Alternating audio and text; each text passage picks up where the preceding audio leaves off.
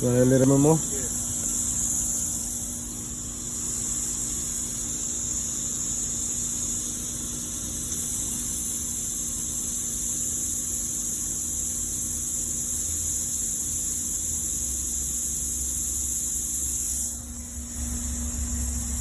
We gotta come in the hot side.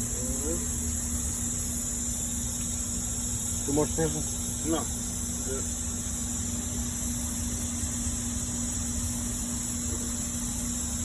Flush the line. We'll put a new unit with my boy Teddy. Can you explain what you're doing, Teddy? All right. What we're doing is cleaning the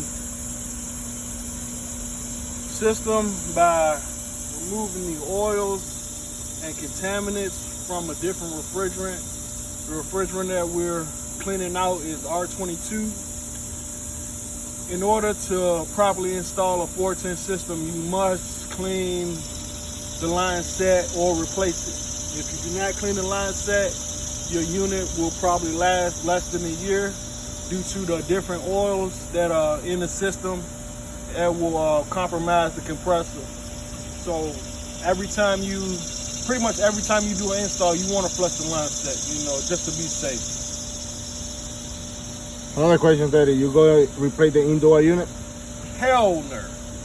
Hell motherfucking no. No, but the indoor unit, we would replace it, but it's comparable to a 410 unit. So you could use a R22 outdoor unit or a 410 unit for this application.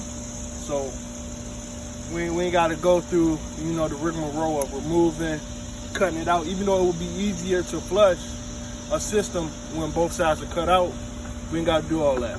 So You need more pressure. you need more pressure? Mm-hmm. But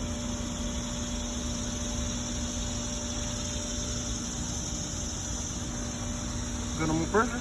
Like the nitrogen. Oh shit! On no more night. Okay, see you later.